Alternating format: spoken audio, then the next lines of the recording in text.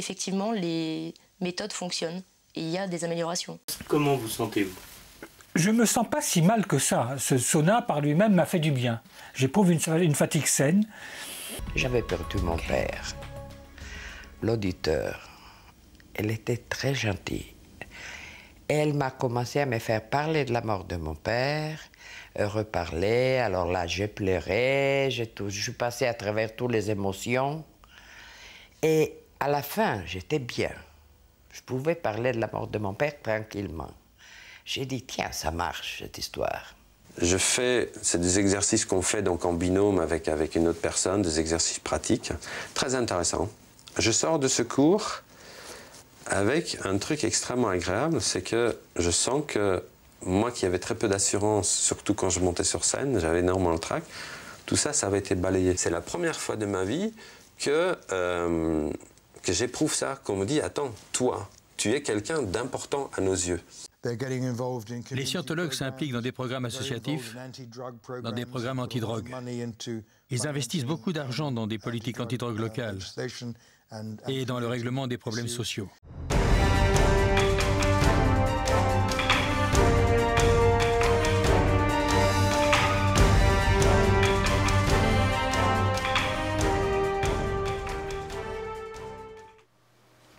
Dans notre pays, un organisme financé par les contribuables a été mis en place au sein du gouvernement, prétendument destiné à lutter contre les dérives sectaires.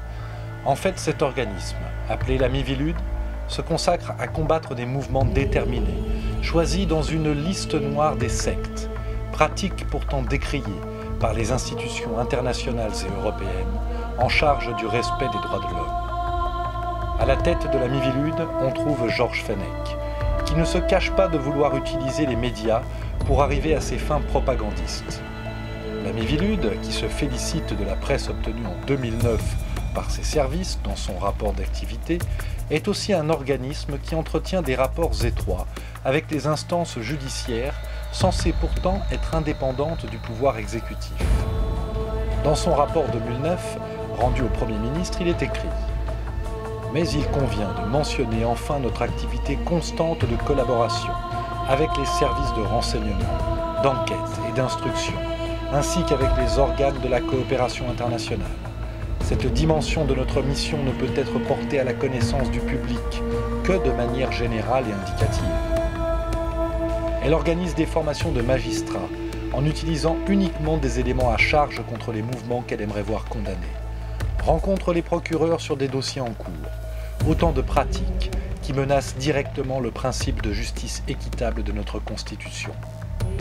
Sous son impulsion, l'État finance à coups de millions d'euros des associations anti-sectes qui n'ont aucun soutien public et qui ont besoin de créer des affaires de sectes pour justifier de leur existence et de leur subvention. Pourtant, en 2006, lors de la commission parlementaire sur les enfants et les sectes, menée par Georges Fenech, les chiffres révélés par les divers organes gouvernementaux ont montré qu'il n'y avait pas de phénomène de secte en France et que les chiffres avancés par la Miviludes et l'UNADFI étaient sortis de nulle part. L'association anti-secte UNADFI, connue sous le nom de la secte anti-secte, est née à l'initiative du psychiatre André Badiche et du docteur Champollion. Elle déclare immédiatement son attachement aux théories pseudo-scientifiques des psychiatres américains John Clark, Margaret Singer et Louis West, visant à la normalisation de la société qui serait en péril à cause des mouvements sectaires ou des nouvelles religions. Ces psychiatres ont été à l'origine des théories qui ont mené à la pratique du déprogramming. Ce sont des méthodes psychiatriques violentes, destinées à faire renoncer à sa foi l'adepte d'un mouvement considéré comme sectaire. Alors que ces méthodes ont été condamnées dans tous les pays du monde, aujourd'hui, Georges Fenech a préconisé que les adeptes de nouveaux mouvements religieux et spirituels soient considérés comme des victimes apparemment consentantes et soient partiellement privés de droits civiques, de façon à les mettre sous tutelle. Il préconise aussi que durant une enquête judiciaire, un examen psychiatrique puisse déterminer si l'adhésion à une minorité religieuse constitue un état de sujétion et qu'un soutien spécial soit mis en place avec un psychologue et des associations anti-sectes.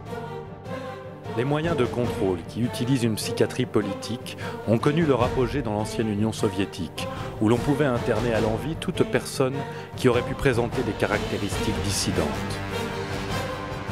Les scientologues se sont battus depuis des dizaines d'années contre les abus de la psychiatrie dans le monde. Et l'an dernier en France, la Commission des citoyens et des droits de l'homme, cofondée en 1969 par le psychiatre émérite Thomas Szasz et l'Église de Scientologie, a organisé la distribution de 56 000 DVD, dénonçant les collusions secrètes entre psychiatres et laboratoires pharmaceutiques à l'ensemble des médecins français. Une initiative qui a profondément dérangé Georges Fenech, ce qui pourrait laisser penser un certain intérêt dans la lutte contre ce qui amoindrirait le pouvoir des lobbies pharmaceutiques. Parmi les autres opposants à la scientologie et aux minorités de conviction, on trouve le sénateur Nicolas Habou, co-président de l'Office parlementaire d'évaluation des politiques de santé, OPEPS, et ami des grands laboratoires pharmaceutiques, directeur des relations médicales au laboratoire Servier de 80 à 85, puis responsable de communication médicale chez le groupe Sanofi à partir de 1988. Le 6 mars 2009, il déclarait devant le Sénat « Les neurosciences font des progrès fulgurants. Elles vont démontrer les limites du discernement et de la liberté de décision. Elles sont en train de rapprocher la psychiatrie et la neurologie trop longtemps séparées. Les 50 prochaines années seront fabuleuses dans ce domaine. Il suffit de placer une électrode à tel endroit du cerveau pour provoquer une dépression brutale et de la déplacer légèrement pour que la vie redevienne belle. Le cerveau humain est si fragile. » Face à de telles menaces pour les libertés individuelles, la scientologie représente un réel espoir de liberté personnelle et spirituelle. Mais qu'est-ce que la scientologie ? Ça fait plus de 20 ans que je connais la scientologie et depuis 20 ans je suis amoureux d'elle et elle me facilite la vie, c'est-à-dire qu'elle m'a aidé dès le premier jour où je l'ai rencontrée. Alors je suis scientologue depuis presque 30 ans maintenant. En fait la scientologie m'a vraiment permis de comprendre ce dont il s'agissait. Et depuis cette compréhension, je suis devenu un individu qui vit avec ça, qui comprend pourquoi je suis comme ça et qui a envie complètement de continuer ce chemin. Parce qu'en fait, c'est un quotidien qui est absolument extraordinaire, de par la compréhension que ça m'a donné par rapport à moi-même et pourquoi j'étais comme ça, et aussi, et surtout, par rapport aux autres. Donc, je suis scientologue depuis 25 ans. La scientologie, c'est pas quelque chose d'instantané. C'est quelque chose, pour moi, c'est quelque chose d'une vie, même de plusieurs. Mais au moins pour cette vie-ci, au bout de 25 ans, je peux faire un sacré bilan de ce que tout ça m'a apporté. Mes heures d'études, mes heures de pratique religieuse. Je peux dire que je sais ce que je veux, je sais ce que je veux être, je sais choisir mes activités, je sais atteindre mes buts. Tout ça sont des outils que nous donne la scientologie et avec lesquels on peut vivre une vie qui est tout à fait plaisante, joyeuse.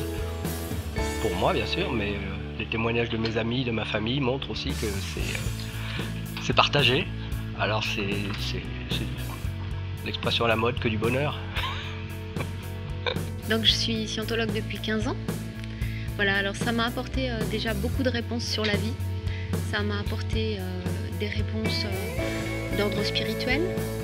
Ça m'a apporté beaucoup de compréhension sur l'autre, sur les gens, sur pourquoi ils réagissent de telle ou de telle manière. Voilà, donc quand on sait pourquoi quelqu'un réagit, on en est beaucoup moins affecté, on comprend l'autre et donc on peut mieux l'aider. Donc voilà, moi je suis scientologue depuis que j'ai 16-17 ans, donc ça va faire à peu près 6 ans. Et dans mon milieu, je suis dans le sport et ça m'a apporté beaucoup de sérénité et ça a vraiment amélioré mes aptitudes à réussir et à aider les gens. J'adore aider les gens, j'ai toujours voulu aider les gens mais je ne savais pas comment faire et voilà, la scientologie m'a apporté ça.